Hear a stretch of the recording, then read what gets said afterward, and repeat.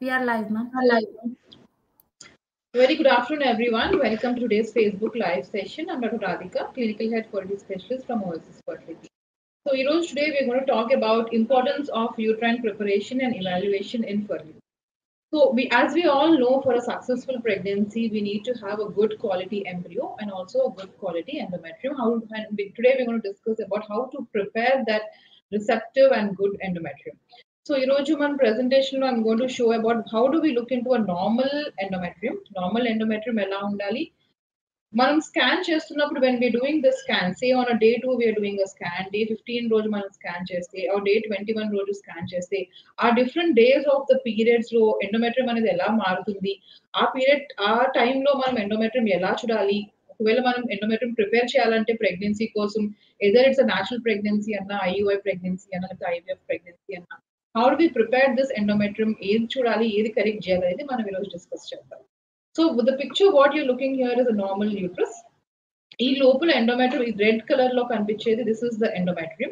So this is where the pregnancy will implant, and this is what we need to check, prepare, and evaluate and see that everything is normal when the patient is planning for pregnancy.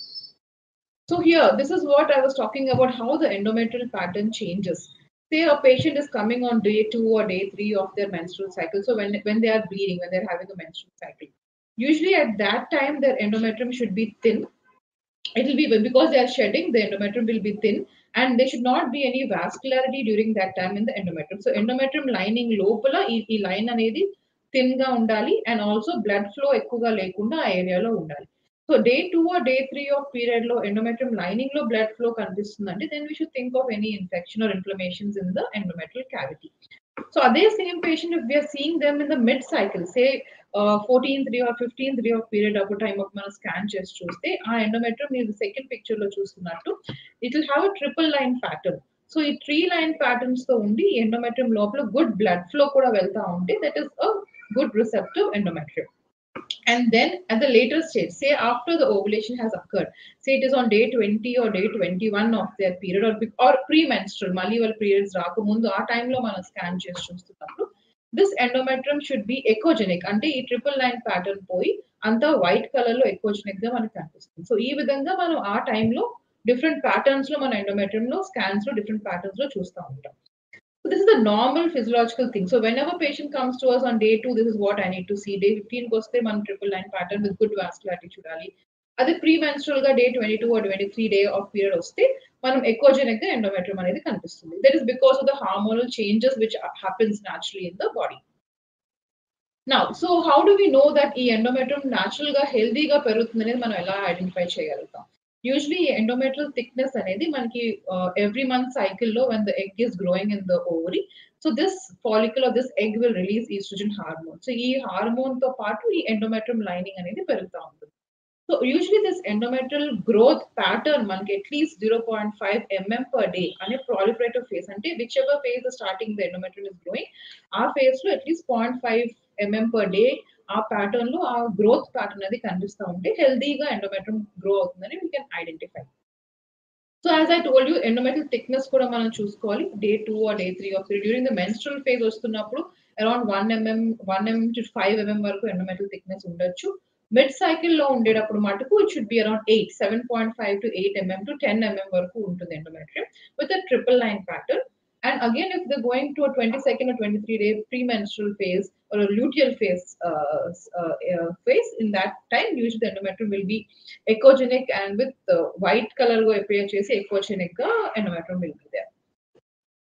So ఈ endometrium ni it is not only the thickness which we have to measure, also మనం grade చేయాలి. ఈ grading అనేది మనం scan లో చూస్తాము. So when you seeing a triple line endometrium like this, so 3 lines ఉండి లోపల హైపో ఎకోయిక్ గా ఉండి ట్రిపుల్ లైన్ క్లియర్ గా కనిపిస్తా ఉంటే దీన్ని గ్రేడ్ 1 ఎండోమెట్రియం అంటాం. So when you see endometrium which is becoming slightly hypo echoic, అంటే ఈ ట్రిపుల్ లైన్ ప్యాటర్న్ అనేది క్లియర్ గా కాకుండా కొంచెం లోపల బ్లాక్ ఏరియా ఏదైతే ఉందో అది కొంచెం హైపర్ ఎకోయిక్ గా అవుతుంది, అండ్ ఆ బ్లాక్ ఏరియా అనేది పోయి కొంచెం వైట్ గా కనిపిస్తూ ఉంటుంది. So this is called as a grade B endometrium. And grade C endometrium అంటే హోమోజీనియస్ గా ట్రిపుల్ లైన్ కనిపించకుండా everything become homogeneous with hyper echoic pattern. So this is called as grade C endometrium. So whenever we are seeing a grade A and B endometrium, it is a good endometrium during the mid-cycle. So this is how we should identify the endometrium implantation ki bond, the receptive ga undi ante ee features anni manam identify cheyali whenever we are doing the scan.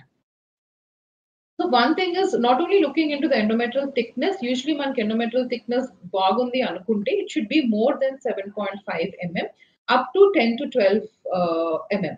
So usually very thin endometrium, and if the endometrium is less than 7 mm, it is called as thin endometrium. If the endometrium is more than 13 mm, it is called as thick endometrium. So usually receptive phase ఎప్పుడు ఉంటుంది usually 7.5 నుంచి less than 13 mm ఉంటే endometrium is good endometrium, and we identify like that. That is the thickness of the endometrium. The next thing which I showed you is the pattern of the endometrium. Triple line pattern is the next thing which we look into. And the third thing which we have to see is the zone of blood flow. This is how the zone should look. This is zone 1 where this blood flow is not entering into the endometrial cavity. This is zone 2 where the blood flow enters nicely into the endometrial cavity where it is crossing the upper, the outer line and is coming inside into the hypoechoic area. And zone 3 where it comes to almost the midline. Triple line లో middle line వరకు వస్తూ ఉంటే అది centre hypoechoic area cross అయ్యి third zone work, third line, middle line work was found. It is zone 3, and it is almost very much all the blood flow is seen in the middle line of the triple line part. It is zone 4 endometrium vascularity. So, is zone 3 and zone 4 anedi, these are the good vascular patterns. So, whenever we are preparing a patient for an IVF cycle, or when we are seeing that patient is undergoing an IUI cycle or natural cycle, when we know to check whether the endometrium is good and receptive, so we have to see all these patterns. We should also look Doppler petty blood flow kuda chudali. So zone 3 and zone 4 lo blood flow manaki kanipistu unte. It is a receptive endometrium. So after looking into the zones of blood flow, it is always important to look into the uterine artery Dopplers. So Doppler is now what we are seeing endometrial lining zone, endometrium lopala unde blood flow varaku we are identifying with the zones. And now what we have to see here is the Doppler. So uterine artery and uterus ki blood flow ela eltundo kuda manam identify chesi check cheyali. Somebody who is having a high resistance flow, say when the RI, when we're checking this Dopplers, when the RI is very high, then we advise the patient, we give them a vasodilator, or we advise them to exercise to improve the blood flow to the uterus. So why is this important? One thing, endometrium should be thick with good pattern, with good vascularity, and also good blood flow should go to the uterus to support the embryo, whichever is going to implant, and to help the embryo to grow to a healthy pregnancy. So this is what is required for a healthy receptive endometrium. So whenever we prepare, we need to check all these parameters, ensure everything is normal, and then that is when we be ready for transfer of an embryo, or even for an IUI cycle, we need to check all these. In uterine artery Doppler check, at least the triple line patterns and vascularities of the endometrium should be identified.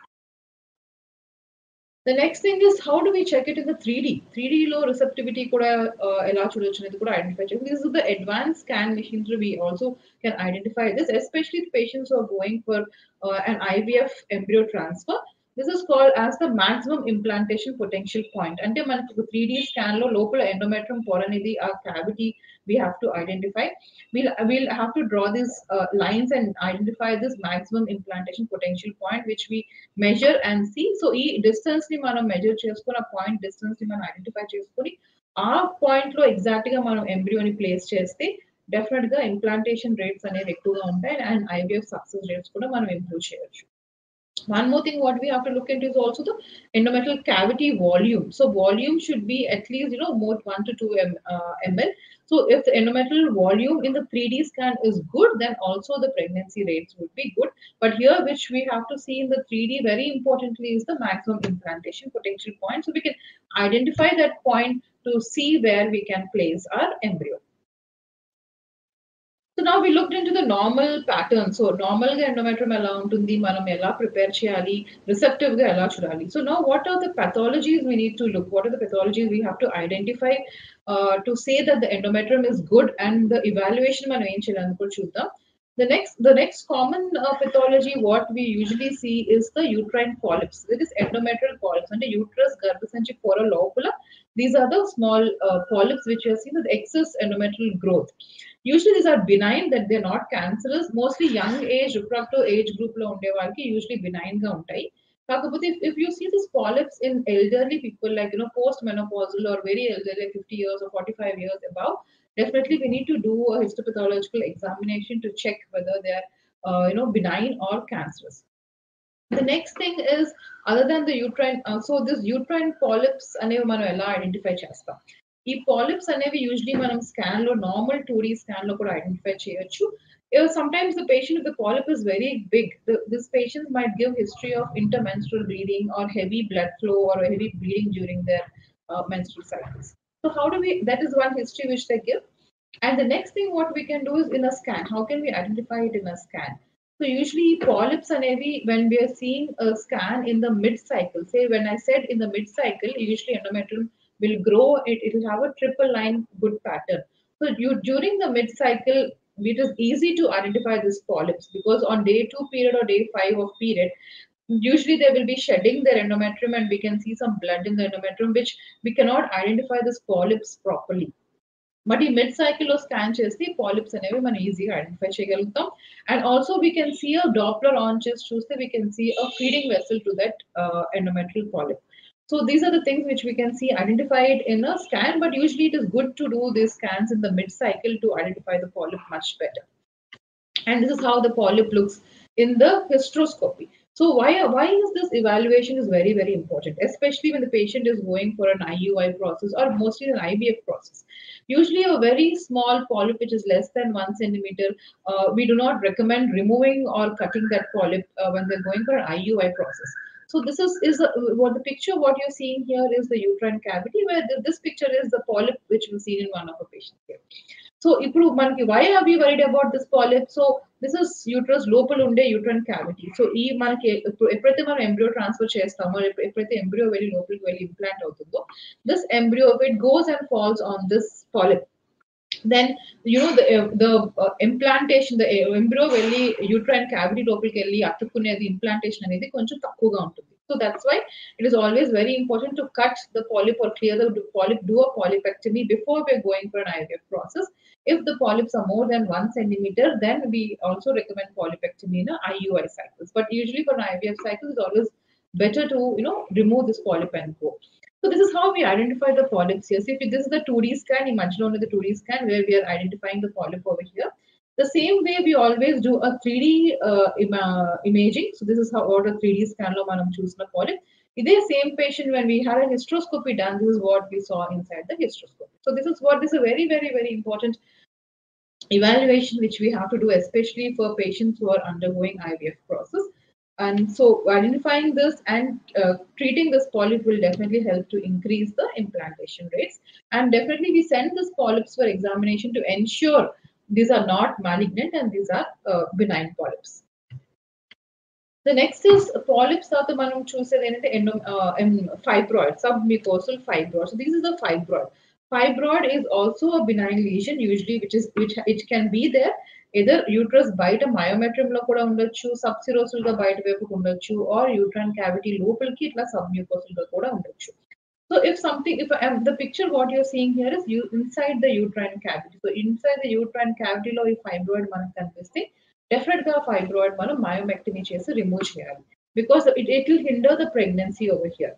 But if you're seeing the fibroid outside in the uterus, say this is in the myometrium, and if this fibroid is very big, like more than 4 centimeters or 5 centimeters, and this fibroid is coming into the endometrial cavity, that is when we recommend the fibroids which are outside in the intramural fibroids. But if it is submucosal fibroid, say this is the uterine cavity, we scan look for a second hysteroscopy picture, to say this is what the fibroid we identified. So this fibroid should be removed. So in scan low, especially in the scan itself, we can find out whether these are fibroids or polyps or how big they are, and we correlate them by doing a hysteroscopy and we remove and clear them in the hysteroscopy. The next thing is adenomyosis. So adenomyosis until the whole uterus outside, the whole uterus will be enlarged. So sometimes the patients ki adenomyosis unde patients ki usually మనం myometrium thickened గా చూస్తాము. అదే patients కి sometimes in the endometrial cavity uterus లోపల కూడా while endometriotic slight adenomyotic slight lesions కూడా we identify. So such patients also మన uterus ని evaluate చేసుకొని ఆ adenomyosis కి we can give them a GnRH analog suppression, suppress that adenomyosis and then move on for IVF process. Usually, if you're planning for an IUI process, the adenomyosis, well, we cannot give them any injections. The symptoms usually the patients will have is they'll have severe pain during their periods. So anybody who has a severe pain during their periods, they have to get a scan done to rule out if any of these problems in the uterus are identified. The next important thing here is Sinike. So somebody, they have history of tuberculosis, they have history of multiple abortions or multiple DNCs done. So ilanti patients ki usually మనం scan లో sometimes we identify this adhesions అంటే adhesions లాగా కనిపిస్తాయి where sometimes అక్కడక్కడ fluid లాగా black color లో కనిపిస్తాం. We can identify this in the 2D scan and also in the 3D scan. So if any of these Sinike is seen, if any of these additions are seen or you're suspecting any additions for a patient, it is very important to do a hysteroscopy. The hysteroscopy the same patient additions once we did the hysteroscopy, I can see these additions over there. And anybody who has something, any problem in the endometrium, local infection gani, like TB infection gani, multiple curating or DNCs చేసిన వాళ్ళకి ఇలా అతుకుల్లాగా form అవుతాయి. దీన్ని Sinike అంటాం.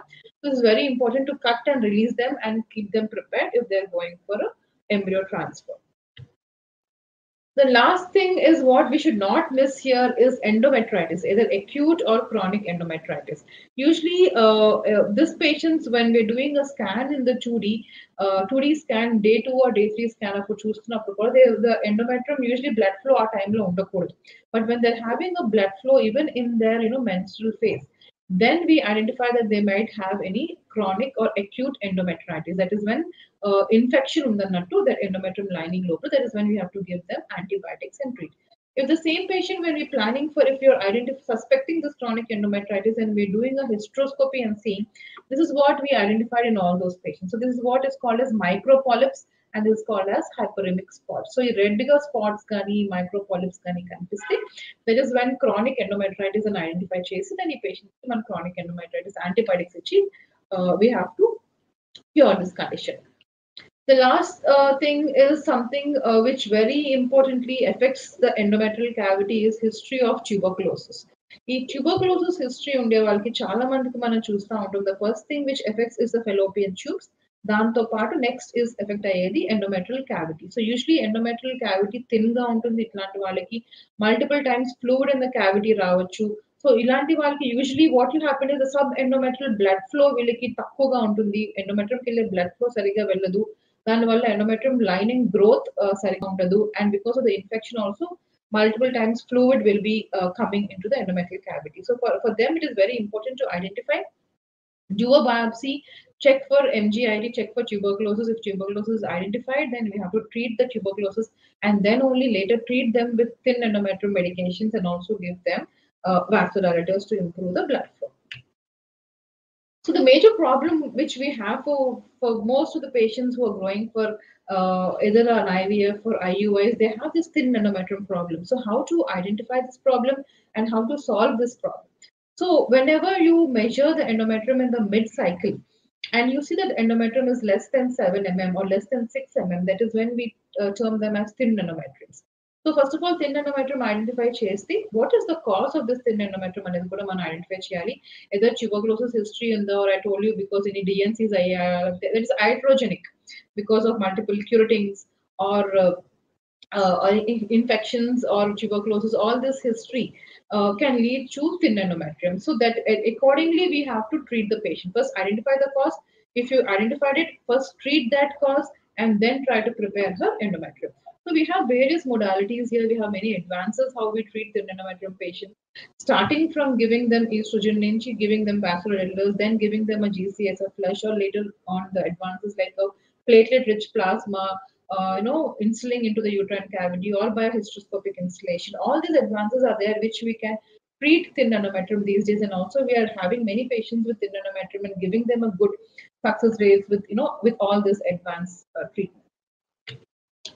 So the next thing is, which is always very, this is very stressful situation where we see patients who come with previous LSCS. maybe they're planning for another pregnancy because they had some problem in the previous baby or something that they had this previous LSCS and they're coming for the next pregnancy. So at the cesarean scar, this is called as the isthmocele. So cesarean scar, previous to during a cesarean scar, there is a fluid collector. This fluid will come into the endometrial cavity. This we see in a lot of patients who had previous LSCS. This is a very difficult situation to, we have to always aspirate that fluid and, then plan for embryo transfer because this fluid always comes into the endometrial cavity. But even after multiple aspirations, if this fluid repeatedly collects and comes into the endometrial cavity, that is when we have to identify what is the thickness of that scar and how can we correct this isthmocele and identify and correct this condition. So this is one more condition where we have to evaluate when you're doing endometrial preparation to ensure that the fluid doesn't come from the isthmocele into your endometrial cavity. So after and then these are all the pathological conditions what we see when we are preparing the uterus or when we ensure that the endometrium should be receptive and good. All these pathological conditions should be identified and treated. The last but not the least, the most important and also recent many guidelines we are reading about this and coming the many guidelines coming up to check this for uterine contractions or uterine peristalsis. Like one embryo pete roll that is on the day of embryo transfer when you're trying to transfer the embryo. And even before that, when we're doing endometrial preparation for an embryo transfer, we always try to identify if there are any contractions in the uterus. Ante uterine endometrium lopala unde movements valla manam pette embryo sometimes it might move. So how do you identify this? So endometrium lining anedi at least we have to wait for at least 1 full minute and see if the patient has more than 5 contractions in that 1 minute. That is when we identify that the patient is having more of uterine contractions and we have to give them medications to reduce these uterine contractions and then only go for embryo transfer. So this is also a very important thing which we have to check before doing an embryo transfer. So this is what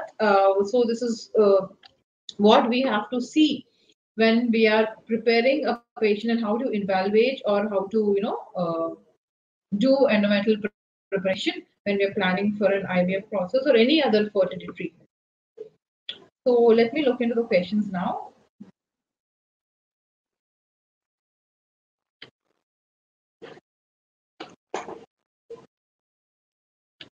So if you're having any questions, then I can take the questions.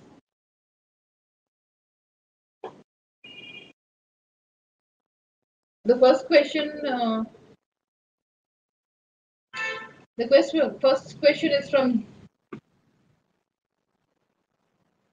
Okay, so the first question is from Jyoti. Hi, ma'am. How does endometrium prepare for implantation, ma'am?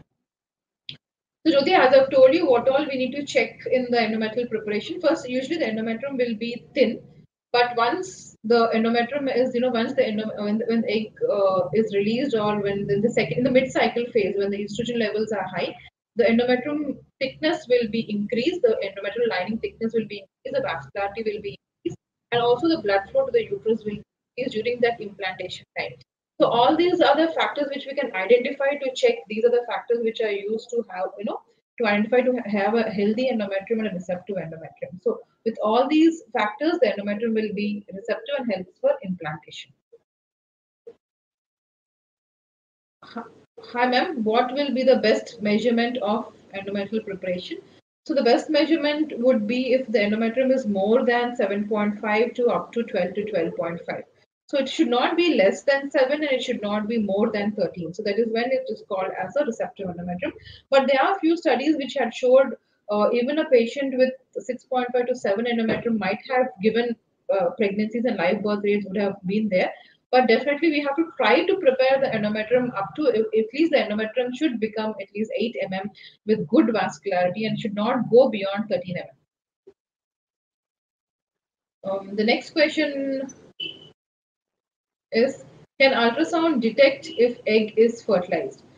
No, Andy. Lalita, ultrasound cannot detect the egg if the egg is fertilized because we cannot see the egg in the ultrasound. So we only see a follicle in the ultrasound, and we think that the egg is there in the follicle. So egg can be seen only under microscope after aspiration when we retrieve the egg out. But in the ultrasound, we cannot know whether the egg is fertilized. But we can know that the egg is released. We can know when the egg is ovulating, but we cannot know whether it is fertilizing or not. So we can identify the signs of ovulation where the follicle will become crumpled and we can see free fluid in the scan. This can be these are the signs of ovulation. We can identify it is ovulated. So that is when we advise either a timed intercourse or we can do IUI on the day of ovulation.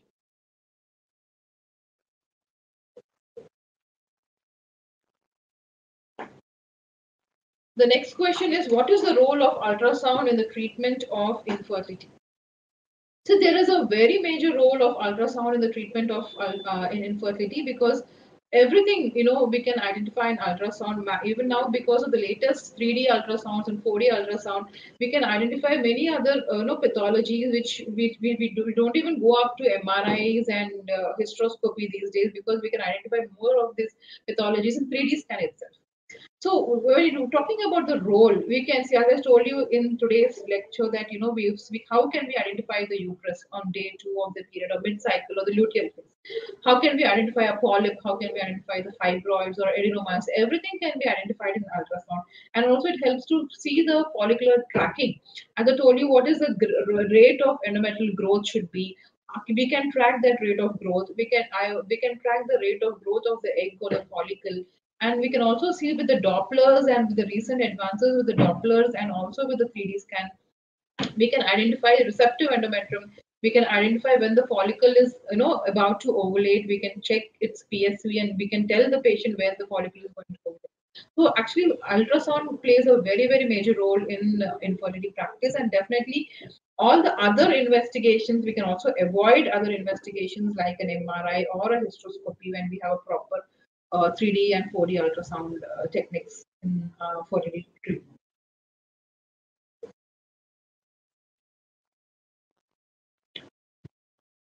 The next question is, do we need to do hysteroscopy before IUI? Hysteroscopy is not required before any IUI process, but if you're having, if in the ultrasound, as I told you, if in the ultrasound, if you have identified any polyp, which is more than 1.5 to 1 centimeters, or if you've identified a submucosal fibroid, that is when we have to do IUIs before hysteroscopy. Hysteroscopy before IUIs. Otherwise, if the polyp is very small and your 3D scans are all normal, then IUI, doing a hysteroscopy before an IUI is not recommended. So, what is the role of ultrasound in the treatment of infertility? I think I've already got that question. I've answered that question before. What are the chances of IVF working first time? Yeah, the chances of IVF, the first in an first attempt, usually the IVF success rates would be around 60%. If and we also have to ensure that if we're talking about that 60%, then we have to ensure to see how the egg quality is, to see how the sperm quality is. We have to prime them and give them antioxidants at least for a month or two to ensure they improve their qualities. And always IVF should be done, according to the patient profile. It's not like the same thing we cannot do for every patient. It depends on patient to patient. The drugs which we use, the protocol which we do, and the stimulation how we do is different for each and every patient. So according to the patient's profile, we have to plan our IVF stimulation. Prime them before to ensure the egg qualities and sperm qualities are good. And if we have a good quality endometrium, this today in our lecture I've discussed how should we prepare the endometrium, and if we prepare the endometrium well and if the receptivity is very good, that is when we can go up to a good success rates of up to 60%. But even after doing the whole process of getting a good endometrium and getting a good embryo, still we tell only of with that 60%. So what is happening to the other 40%? What we cannot identify here is in the first attempt of IVF, usually we do not go about screening the embryos. So sometimes an embryo can be morphologically normal, but it can be a genetically or chromosomal abnormal embryo. Sometimes the endometrium in the scans could be receptive, looks receptive with the good thickness and vascularity, but sometimes they might have the window of implantation would be different. That the receptivity, which is called as the window of implantation, could be different for such patients. So if somebody has a failure of IVF or it is having a 2 or 3 multiple failures in IVF, that is when we need to go into more advances of biopsying and checking their embryo if they're genetically normal or not, and then looking into their endometrial receptivity. Otherwise, if we have to do a proper prime up and proper stimulation, good endometrial preparation, then we can go up to 60% chance in the first time. The next question is ICSI more successful than IVF? Yeah, definitely ICSI. We recommend to do ICSI, that is intracytoplasmic sperm injection, especially for those patients with male factor, because here this is where we identify the sperm under a microscope, select for the morphological normal sperm, and then we inject it into the egg. So definitely the fertilization rates are more, and also the success rates would be more with ICSI, and especially for a male factor, ICSI is recommended. The next question is, what is the uterine preparation, ma'am? Aparna, I've just talked about uterine preparation in this presentation. Uterine preparation is usually, we will have to grow the endometrium. That is when a patient is going for a frozen embryo transfer. Say when a patient is going for embryos are already frozen. So you have to prepare the endometrium and prime the endometrium to ensure she's receptive to put this embryos back into place. So we'll have to, like how in a physiological pattern, how an endometrium grows, we have to prepare that endometrium. It is called as a hormone replacement therapy, where we prepare the endometrium, check for the receptivity and check for the all the signs what I've told you about the thickness, the vascularity, the Dopplers, check for everything. And when everything is ready, then we have to transfer this embryos inside. So when we're going for a natural cycle IUI, then we can natural cycle IVF, then we have to look for the follicular growth, and we have to assess how the follicle is releasing estrogens, and according to that, the follicle we have to track, and that is called as a natural cycle embryo transfer. So there are different modalities where we do it for different patients. For a thin endometrium, we have a different protocol, and for a frozen embryo transfer, we have a different protocol, and for a fresh transfer, is a different protocol. So anytime we have to think of look into all these factors which I told. If everything is good, then only we go for embryo transfer. The next question is, what are the first tests for infertility? So the first test for infertility is first of all we have to see whether the patient is, what is the problem? Why if they're trying for 1 full year, and if everything is normal, they're trying for 1 full year, but still they're not able to conceive. That is when we look into evaluating that couple. The first test what we do for a female is that when they come to a clinic, we need to identify what are the take a proper history, do a proper examination, get a baseline scan done to see how the uterus is, to see if there are any abnormalities in the uterus, look into the ovaries, check for her ovarian reserve. All this will be a baseline evaluation, and then do her hormones to check whether the hormones are good and the hormones correlate with the ovarian reserve and correlate with the scan. So this is the basic evaluation how test which we do for a female. And for the men, the first baseline test would be doing their viral markers and assessing their semen analysis. So in their semen analysis, we need to look into their sperm count, look into their motility, the morphology, the vitality, and also about semen volume. So all these we need to identify, and then depending on the female and male evaluation, we will identify the cause and then try to treat that cause, and then we have to plan for the treatment modality, like whether they can go for a time intercourse cycle, whether an IUI or an IVF cycle, depends on all these baseline evaluations. The next question is from, does PCO increase the risk of miscarriage? Jessica, yeah, PCO, there is a slight increase, risk of miscarriage. Either it can be because of the hormonal imbalance, or either it can be because of the because the hormonal imbalance or the quality of the egg in a PCO, and also most of the PCO there will be on a higher BMI side. So whenever you're stimulating a PCO or whenever you're planning for a pregnancy in a PCO patient, so always give them a diet plan, proper diet chart, exercise plan. Try to reduce their BMI and then give them a proper, vitamins and medications for their PCO, and then plan for pregnancy in such patients. So definitely priming them, giving them a proper PCO medication, reducing their weight, giving them a proper diet plan, and then you plan for your pregnancy. You can reduce this miscarriage rates in a PCO patient. And also we need to continue their, if they're taking metformin, to continue their metformin even in their antenatal period, to ensure they do not get diabetes during their pregnancy, because they're more prone for diabetes during their pregnancy. So we have to check their sugars even when they're planning for pregnancy, during their antenatal periods. And also, if they are diabetic, they might be prone for upper infections, and this can lead to upper urinary tract infections, or any infection that might lead to preterm labors, or preterm leaking of PPROM. So that is also risk might be there. So all these can should be taken care before their pregnancy and also during their antenatal period. By taking medicine, endometrial thickness increase to 8. After completion of IUI, it will increase automatically with taking medicine for thickness of ETI. Yeah, this is a very good question. So, whenever the follicle is ovulating or whenever we are triggering you for an IUI process, that is when the endometrium should be assessed. So, once the follicle is ovulated, once you enter into that progesterone phase, so once the follicle is ovulated, it will secrete progesterone. So, once progesterone is secreted, then the endometrium does not grow after that. So, whatever the endometrium is checked when before the follicle is ovulated, that is what is the endometrium you will have, even at the time of implantation. So, after ovulation or after IUI, your endometrium will not grow further. It will just remain there at the same thickness. It will be because the progesterone effect, the endometrial pattern will change, but the thickness might not be changed. And in fact, in recent studies, they also noticed after the progesterone effect, there is a slight compaction and decrease in the endometrial thickness, which we also noticed in few of the IVF patients. Usually, we do not do IUIs. After an IUI, we do not call them back to check for their endometrial thickness, but is what usually happens after IUI happens. Your endometrium will not grow after that. It will remain the same.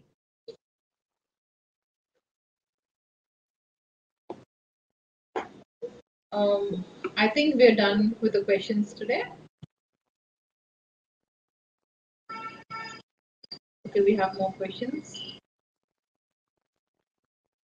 Doctor said me to stop metformin after taking continue 4 months. So now in my next cycle, embryo is going to transfer. So shall I take my metformin again? Yeah, so here embryo transfer means then you must be had you would have had an IVF cycle. So usually, if the metformin is given for severe PCO, or if the embryos are already created, but if the PCO pattern is still there and if your GDT is there is a glucose tolerance test is raised, then we prefer continuing the metformin. I would prefer continuing metformin for a patient with PCO even after embryo transfer to prevent diabetes in the antenatal period. So it depends on patient to patient. Sometimes everybody might not require, but if you're a severe PCO with a raised BMI or a raised GDT levels, then you need to continue a metformin even after your embryo transfer and also during your antenatal period. But always keep checking your sugars, and then we have to. If you have a raised GDT, then definitely you need to continue your metformin.